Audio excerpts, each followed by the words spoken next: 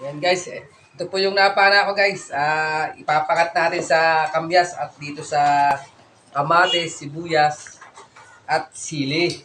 Yan. Bigyan po natin ng ilang prasong kamyas yan. At yan po yung napana ko guys. Ilang piraso lang. Ang importante lang guys, natesting ko itong aking relo na waterproof. Yan guys, linagyan natin ng buro.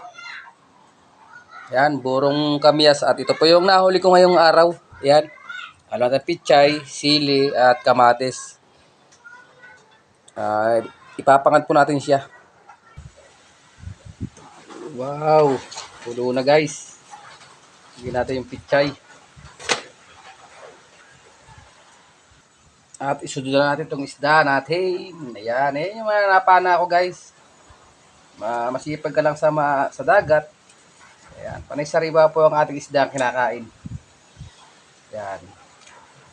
Ulam na rin po yan, ulam. Ulam po namin sa hapunan.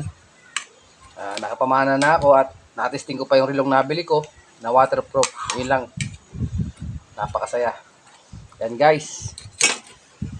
Pakasarap yan sinigang. Inasima na kamyas.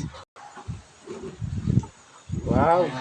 Ayan na guys. Luto na po yung ating pinangat sa kamyas. Ayan. Ayan guys. Luto na po. Natin.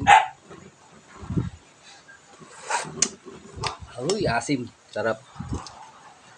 Thank you for watching. Kain po guys.